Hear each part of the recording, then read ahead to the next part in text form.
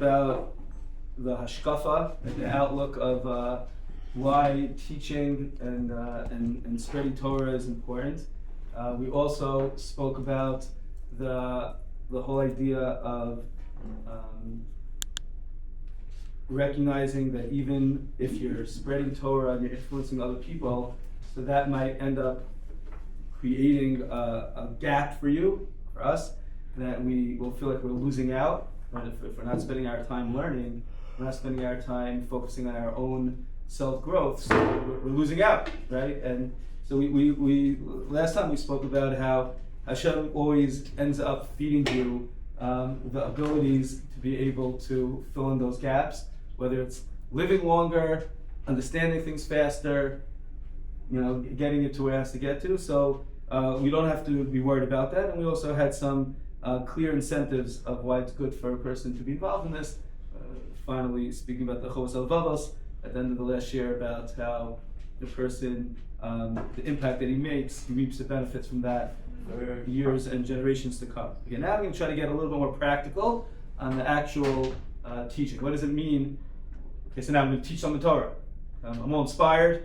I got it clear. I'm not worried about falling behind, and I'm all excited about getting a lot of schar. Okay, so now I'm actually going to go ahead and do it. Okay, so what has to happen for a person? What's the mindset, and what should they be focused on? So let's start.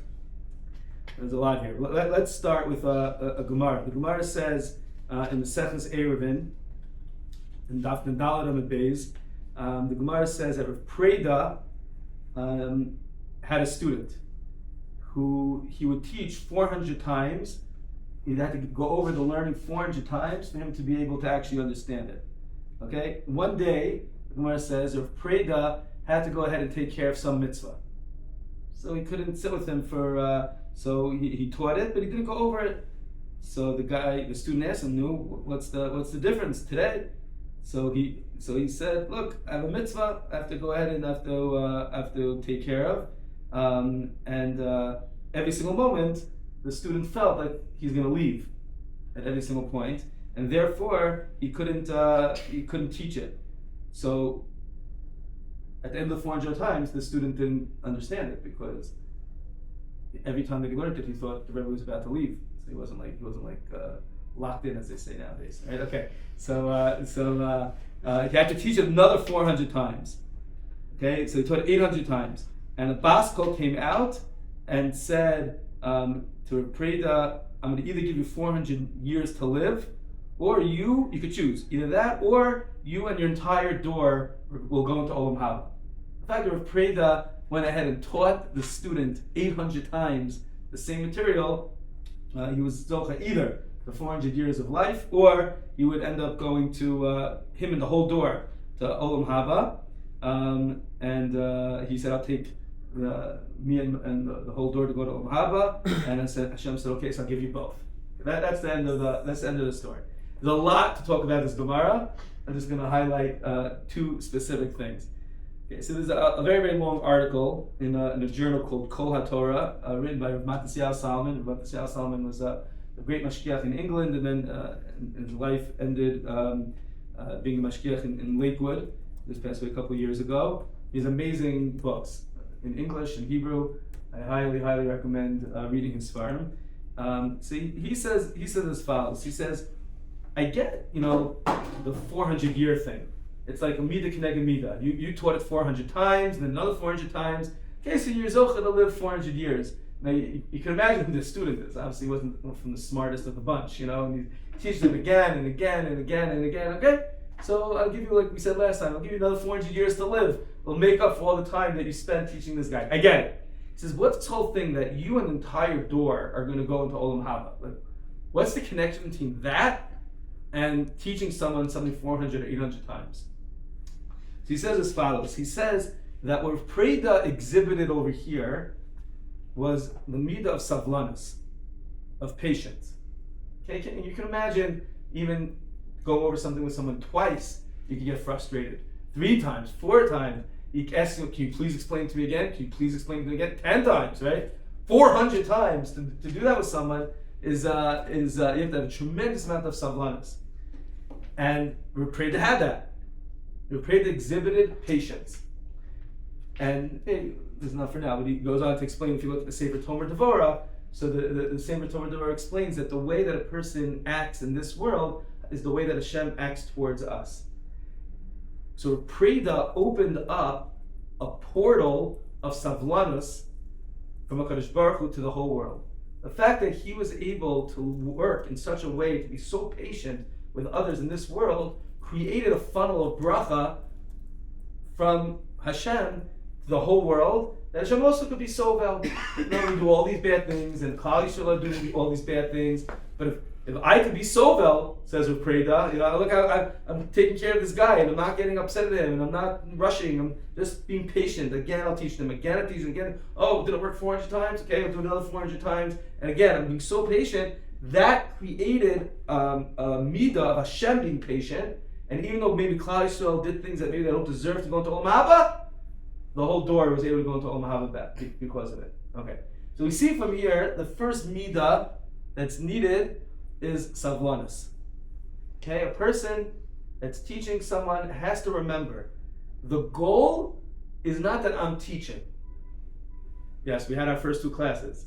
It's the mitzvah, and you want to check off the box that you learned Torah, mitzvah Yud Aleph, right? I did the 11th mitzvah, so I taught. Gay, right? So it's very much focused on, I need to do this. I'm obligated to do this. I want schar. I want to do, right? It's very much focused on the I, right? But when it comes to now teaching, you have to drop all that. Forget all that, and now I'm totally zoned in on the student. And whatever is best for the student, that is what I'm going to do. Complete savlanas. Totally patient. You can ask me again. I'm not going anywhere. I'm not anxious. I'm not nervous. I'm getting bored. I'd like to learn something new myself. No. So whatever it is that's best for the student, that is how I am going to focus. Yeah. So what if you're, let's say, you're not yet fully a teacher, like you're still building yourself up, and you have this you're in a position where you are being a Mashpia. Like you have this one-on-one chavrusa with some guy who, mamash doesn't know much. Yeah. But you yourself are still building yourself up. So do you still take on this mindset even though you're not? 100%. 100%. Does it matter where you are in your journey? It doesn't matter where you are. If your focus now, if your focus is, okay, we're learning together and we're doing something together, okay, that's your focus. But if my focus is, I'm solely here to help you, it has to be solely for the benefit of the other person. And whatever it is that he needs. If you need something else, you got to do something else. If you need to go faster, you should go faster. Slower, slower. And you have to know, again, how much time you should be putting into this. But if that is what you're doing right now, don't do a half a job. I see. And just work out around it. Okay, let's take another application of this story with Preda. Okay, so I'm going to find the exact Gemara. Sorry. All over the place. Okay. Again. Here's the Gemara.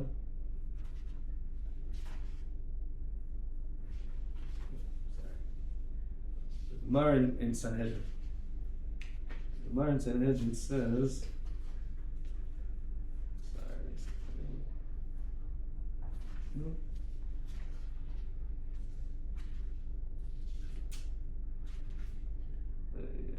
You want to say that I'll call the room right here? I'll come back to it afterwards. What? Yeah, I want to say you want. We'll go to the next part. I'll come back to this. I'll come. Okay. There's a halacha. Halacha that a lot of people don't know about. Okay, it's a Mishnah in Pirkei Avos in Perek Dal of Mishnah Days. Rabbi Elazar ben Shamua Omer Yihi Kvot Hamidcha Chaviv Alecha Kishalcha. And not only do we spoke about Savlanas, right, but also kavod. Everyone knows you have to have kavod for your Rebbe, right? Okay, people don't know you have to have kavod for your Talmud. It's a Mishnah explicit, and it's brought down in the Rambam Hilchos Talmud Torah, Perek Hey Halacha Yud Beis, Kishem She'Talmidim Chayavim B'Kavod Harav. Just like the students are chayav to honor their Rebbe, kach harav tzarich lechabed et talmidav. You have to be mechabed your student, ulekarva. Kach amru chachamim, kol submission vergavos, hikvot talmid lechabed alef akish lecha. The kavod that you have for your student has to be the same kavod that you want for yourself. Tzarich adam lizar b'talmidav ulovam. It adds, you have to be very careful to be careful with your students and to love them. And this explicit in Shulchan Aruch, Siman Reish and Yardei, Siman Reish and Beis, Sif Lam Gimel, says the same thing. You have to be Mechabed your Talmidim, okay? And it's learned out from a pasuk. Now listen to this. This is an unbelievable thing. So where does this come from? Why don't you give kavod to my Talmud? Like I said, a Rebbe is teaching you something. You have to give him kavod. Why do you have kavod for your student? Okay, listen to this. It's a pasuk. The pasuk says in Sefer Shmos, Perik Zayin, pasuk test. Vayomer Moshe El Yoshua, Bechar Lanu Anashim, V'tzei Yilachem Ba'amalek. So Moshe is getting Yoshua to recruit people for him to go ahead and fight against Amalek. So Rashi says over there, Bachar Lanu, choose for us. Li Ulecha Yishveiulo. Moshe equated himself with Yehoshua. Right, again, he didn't say Bachar Anashim, go choose people to fight against Amalek. He said Bachar Lanu. Who's Lanu? Me, Moshe, and Yoshua together. So Moshe put him and Yoshua on the same level. So Rashi says, Mikan Amru, we see from here, Rashi Kosh, Yihi Kavod Hamidcha, Chaviv Alecha Kishalcha. The kavod of your student should be like you. You're like me. Okay, you're my student, who cares? We're the same. Bachar Lanu, choose for us. Okay. So Rav Hutner has an amazing insight. I want to look this up in Rav Hutner's Sefer called Pachad Yitzchak in Purim, Mamer Yudches. He says as follows. This is a fascinating thing. In the entire Torah, where is the lesson taught that a Rebbe has to treat his Talmud like himself? It's to show kavod to him. Where is it shown? It's shown in the pasuk about fighting against Amalek. So there has to be significance to that. Okay, if a halacha is taught somewhere in the Torah, in that context, there has to be some relevance to the halacha. So what's that? So it's a very, very long piece, and he explains that the goal of Amalek, if you look at the Pesukim about Amalek, always talks about midor dor, from generation to generation. Amalek's goal was as follows. Amalek wanted to make sure there was a disconnect between the previous generation to the next generation. That the kids say, oh, my parents can't relate to me. They don't understand what it's like to be a 15-year-old anymore. They don't know what it's like to be 20. They don't know what it's like to be out there in the world. My parents are old fogies, you know what I'm saying? Like they don't I love them, sure, buy them birthday presents and Father's Day and stuff like that, but they have nothing to do with me. They just don't get it. Okay? That is Amalek's goal. Amalek's goal was very simple. Amalek wanted to get rid of the Klal Yisrael, right? But how's he going to do it? You can try to get them to not believe in Hashem, etc. But one strategy is also just to disconnect the Masorah. The Masorah is such a strong, powerful tool that if you could sever the Masorah, so then the younger kids will just go all off. So that's one of Amalek's strategies, to break the door, the generation to generation. Okay. So Dafka over there, when Moshe is coming to say, let's fight against Amalek, we have to get rid of Amalek. What are we saying? We have to allow the generation gap to non-exist. We have to allow for the rabbi, the older person, to be able to connect to the next generation. Yes, you can be different, and you can have different experiences and understand things differently, but you still have to be able to connect. So, how do you connect? Says Moshe, it's me and you, Yoshua, me and you against Amalek. We're the same. I'm treating you with kavod. The only way to create the connection to the Rebbe is if you treat the Talmud with kavod. And this, unfortunately, sometimes people think, oh, you have to discipline in the classroom. That's a big topic. How do you discipline in the classroom? There are very few classes about how do you honor your students. You have to learn classroom management and control, and those are all the things that you take when you get a master's in teaching. Those are all the classes. The classes about how do you honor your student. What does that mean? When I honor my student, it's a profession. Okay. No, so that's not Jewish. That's not the Jewish way. The Jewish way is we have to honor our students. Why do we want to honor the students? Because we want to show that I'm machshav you. I'm machshav what you understand. I'm machshav what you're learning. You do other things. You do know some things better than me. Great, I honor you for that. And I want to learn from you. We're together in this. About the tradition of giving over the Torah from generation to generation. Okay. So midah number 2 that's needed is kavod. Okay, it's not just like a regular ben adam lechaveru thing. It's a specific thing. In being mashpia on someone else, in order for the influence, the hashpah to come from one generation to the next, you have to create a feeling that you're honoring the person and he feels honored by you. Okay. Now let's take it to another step. The Rambam, in the beginning of the Hakdama to Mishnah Torah, he goes through the Masorah. He goes through the chain of transmission. Okay, and he says as follows. He says, Shmaya v'Avtalion, Geri HaTzedek. Okay, Shmaya and Avtalion were converts. Ubeis Dinam, Kibul miYehuda v'Shimon Ubeit Dinam. Okay, they received the Torah from Yehuda and Shimon and his Beis Din. Hillel v'Shamai Ubeit Dinam Kibu Mishmai v'Avtalion. Okay, so Hillel and Shammai got it from Shmai and Avtalion. Rabbi Yochanan ben Zakkai, Rabbi Shimon ben Noshel Hillel Hazaken, Kibu Hillel Shammai Beis Dinam. Rabbi Yochanan ben Zakkai was the next level in the chain of transmission after Hillel and Shammai. Hillel and Shammai gave the Torah over to Rabbi Yochanan ben Zakkai. Okay. Very nice. Now what's so exciting about that? The Gemara says in the Seches Sukkah, Daf Chav Ches Amud Aleph, that Tana Rabbanan, Shmonim Talmidim Hayu Lo LeHillel Hazaken. Hillel had 80 students. Okay, now we know one of them. Who was one of them? No one's okay. Yochanan ben Zakkai. Right? Okay. Shloshim Mehen, 30 of the 80, Ru'uyim Shetish Aleim Shechina K'Moshe Rabbeinu. They were at such a high level, these 30 students, that they were like on the level of Moshe Rabbeinu. Okay. Ushloshim mehem, another 30. Ru'uyim shetamud hanchama ki Yoshua ben Nun. The sun should have stayed in one spot, just like for Yoshua ben Nun stood in one spot, so too for the next 30. Okay? So this is a serious yeshiva he got here. There's 80 students, 30 of them are like on the level of Moshe, 30 of them are on the level of Yoshua. Okay, we have 20 left. Esrim Beinonim. There were 20 ordinary people. Okay, so you have 30 rock stars on the level of Moshe, 30 other rock stars on the level of Yeshua, 20 regular guys. Gadol Shebekulan, Yonasan ben Uziel. The greatest of all the 20 regular guys was Yonasan ben Uziel. Okay. Katan Shebekulan, the lowest of the 20, which means he's the lowest of the 80.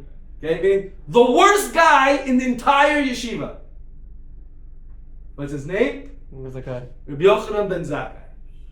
Okay, so hold on a second. This is a crazy thing. Okay? Hillel and Shammai, it was their job to continue the transmission of the Torah from Moshe Rabbeinu. Right? Went from Moshe to Hillel and Shammai have to give it over now to the next generation. Who are they going to pick? They had 30 Moshe Rabbeinus in their yeshiva. 30 Yoshuas. They went for the worst student, Yochanan ben Zakkai, ranked number 80 in yeshiva. It's a wild thing. So what's going on here? What's pshat? Okay. So the answer is as follows. I'm going to give you two answers. Okay, let me ask you another question first. This is an amazing thing. The Mishnah says in the second paragraph of Pirkei Avos. Sorry. Okay. In the second Mishnah of Pirkei Avos, in the second paragraph, okay, it says that Hillel and Shammai.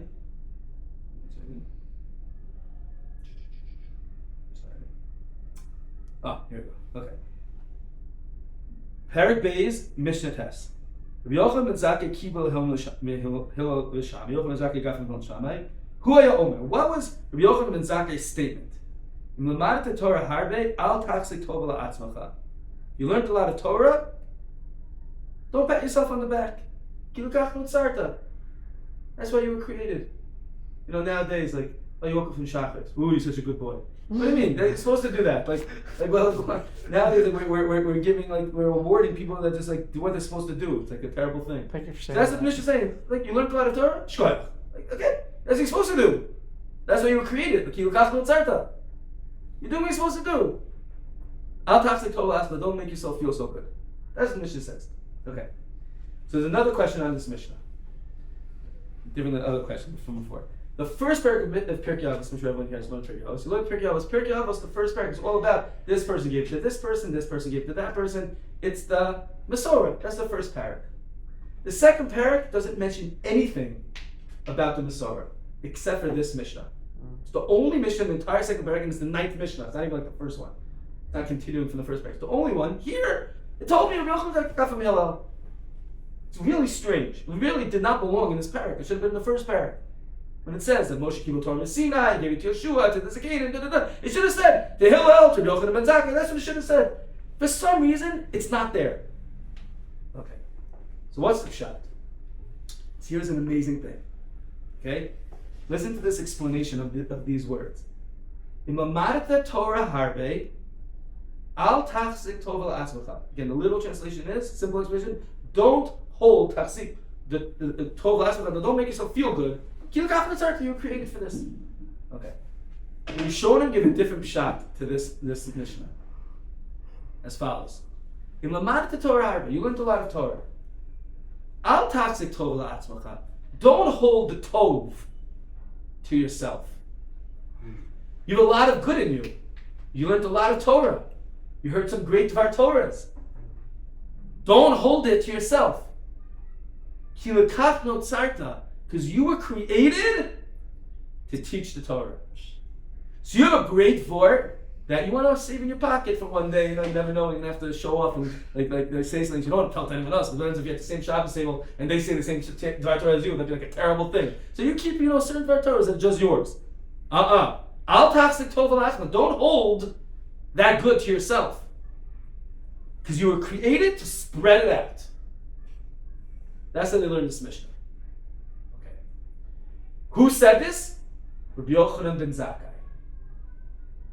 Rabbi Yochanan ben Zakkai, Hillel saw that Rabbi Yochanan ben Zakkai was a type of person that was not holding any of the Torah to himself.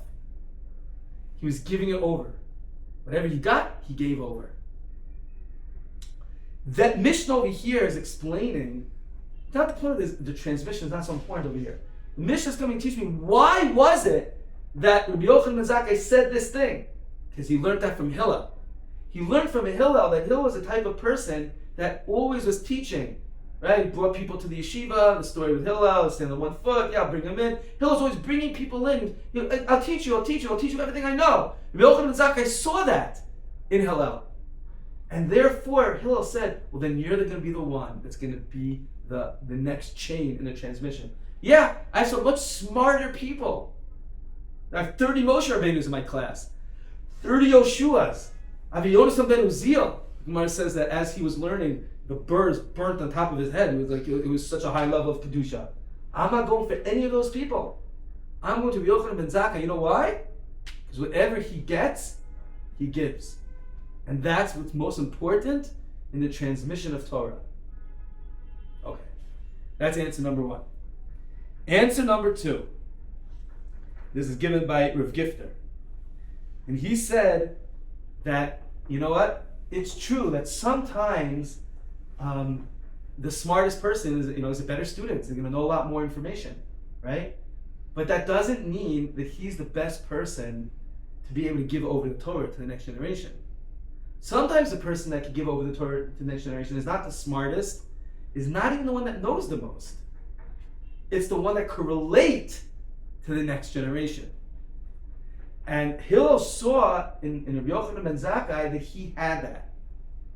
Which is a very, very powerful statement. Again, when we're talking about giving over the Torah and spreading the Torah, we have to realize where future generations are coming out from this one chavrusa that I'm having. People are going to learn from that, they're going to grow from that.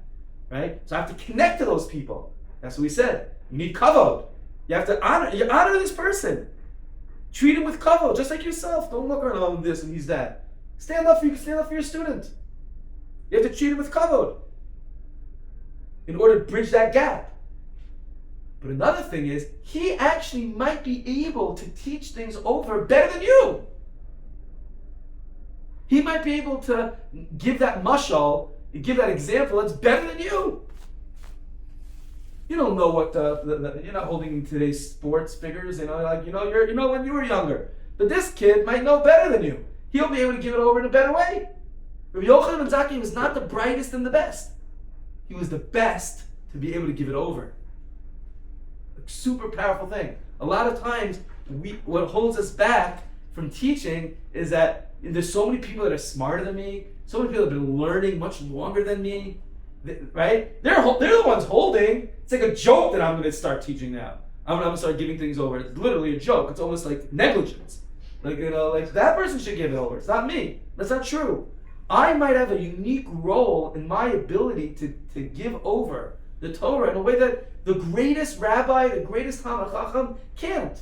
Now, maybe you could learn from him so that you could give it over in your way. You could package it in your way. But that's an achrayus. Literally, the worst student in Hillel's yeshiva was the next chain of transmission. Okay, two explanations. Either because he just gave over everything he got, didn't hold anything to himself, it's an important midah, or because he was the one that was capable of going ahead and sharing with other people. Okay, so again, we need savlanus, and that's a midah that we have to learn. You don't have to wait till you get married to work on your savlanus. You have to be patient. You have to learn how to be patient, and you're not running anywhere. The goal is to give it over. That's the goal, just to give it over, right? The second is we have to learn how to be mechaber people. Treat others with kavod, especially someone that we're giving over the Torah to. We have to relate to them. We have to connect them. They have to relate to us. Doesn't mean you have to. Some of these people think that you have to drop their value system to be able to be cool with people, to give it over. No, you don't drop your value system. You have to be able to relate to them. You have to think, how are they going to relate to me? How are they going to appreciate the relationship? That's something you have to invest in. That's a key piece. Okay. Next, we'll do one more piece over here. Okay.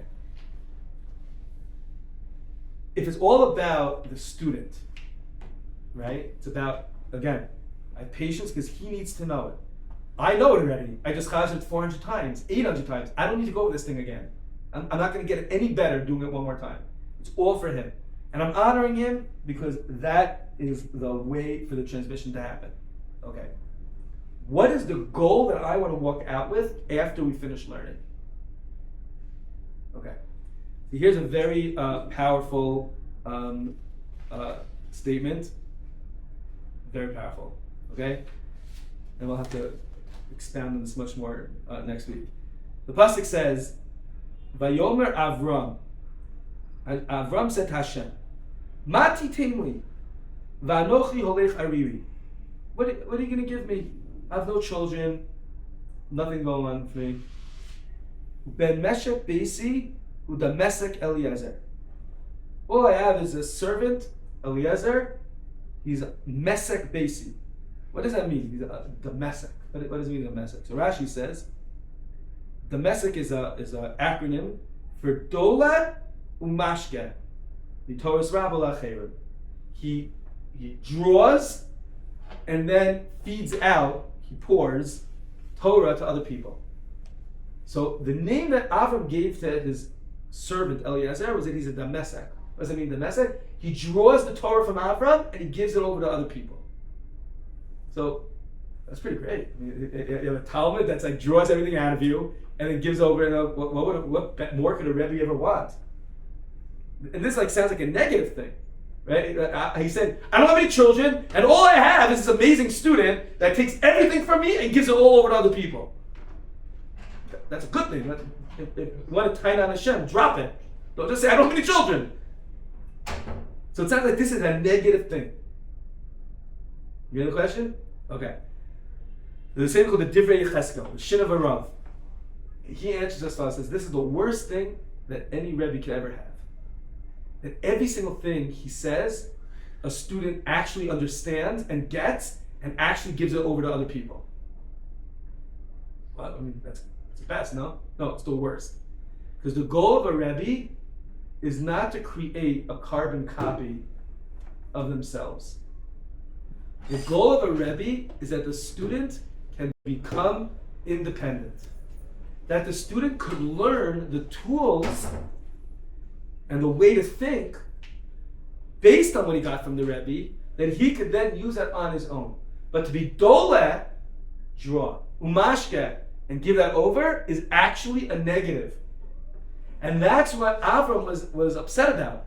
I was like, what do I have? I literally just have someone that's just going to continue what I did. I want a ben. I want a son. What's a son? The word ben means to be boneh. I want someone that's going to build off of what I got. And what's he get eventually? Yitzchak. And Avram had the midah of chesed. He had a son, Yitzchak, who wasn't chesed, it was gvura. Almost the opposite of chesed. He built an independent person that could deal with his times and his people, etc. So just being dole umashke is a negative.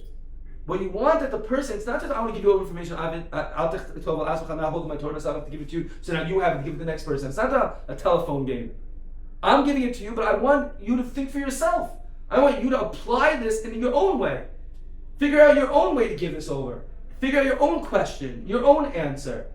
How do you answer a question? That's the goal. There was once a story.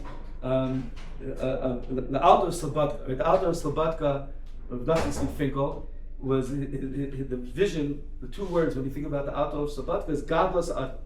The whole Muslim movement of Slobodka was about how the human being is a giant. They could accomplish huge things. They're great people. Okay? So Rabbi Yerucham Levavitz was the Mashpia of the Mir Yeshiva, and he once visited the Alter Slobodka. Okay. On his first day of his visit, the Alter gave him so much musar that the whole yeshiva screamed at him.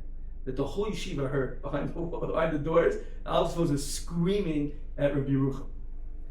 To the extent that Rav Ruderman was the Rosh Yeshiva who started the yeshiva called Ner Yisrael. Rav Ruderman said if he'd ever speak to any of his students in Ner Yisrael the way that Alter Slobodka was yelling at Rabbi Yerucham, he'd have no students left in the yeshiva. Everyone would have ran away, screaming at him. What was he screaming at him about? He was a tzaddik. Rabbi Yerucham was a Mashpia of the Mir. He was a big tzaddik. What was he screaming to him about it? He said it went on for a whole week, screaming at him all day long. What was it about? He felt that Rabbi Yerucham was so charismatic that he was turning all the Bachram in the Mir to be his Cossacks. Each one acting exactly like Rabbi Yerucham. Instead of allowing each one to develop their unique expression. That was the mussar that he was giving.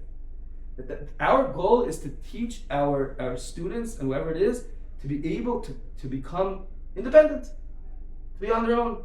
The Gemara says in Sukkah, that same Gemara that we quoted before, Daf Chav Ches, that Rabbi Eliezer said about himself, Lo amarti davar shelo shamatni pi Rebbe me'olam. I never said anything that I didn't hear from my Rebbe. That's what Rabbi Eliezer says. But the question is that in Avos Reb Nassan, it says that Rabbi Eliezer sat and darshaned things that he never heard from anyone in his life. So it's a stira. On one hand, Rabbi Eliezer says, I never said anything I didn't hear from my Rebbe. On the other hand, it says Rabbi Eliezer was saying things on his own all day long. He's a big Baal Machadish. So Reb Chaim Shmulevitz has a piece in Sichos Masar, and he explains, he says, no, everything that he said over, his Rebbe would have said. He didn't hear it from his Rebbe, but he learned how to think. He learned how to act based on his Rebbe, so he was able to take that for his own application of the Torah. And that's the third lesson that we have over here. Again, it's not about me. It's not about me. And since it's not about me, I have to have savlanus. I have to have patience. It's not about me. It's about him. 2, I have to honor him. It's not about me. It's about him. He's the one that's going to get this Torah and pass it on. I have to honor him. Not only that, but could be he's the worst in the class, and he might be the chosen one. So I have to give it over to him. And 3, it's not about me in the sense that I have something, I just need someone that's going to, I'm not going to be here forever, so I have to have someone that's going to continue my Torah. That's not the point. The point is that he could be independent and learn from me. So whatever you do when you're teaching, you have to ask him, what do you think? Don't always come to me. The worst thing a Rebbe could be is someone that every question has to call a Rebbe. Should I do this? Should I do that? Should I blow my nose now? Should I? That's a terrible thing. That's not what the transmission of Torah is about. So when someone's teaching, you have to think, That's a goal of yours. A goal of yours has to be, how can I allow the student to grow in his independence based on what I'm teaching? Teaching him tools, not just giving over information. Teaching him tools that he can then go ahead and be independent, and he can then apply the Torah to himself. Okay. Nice.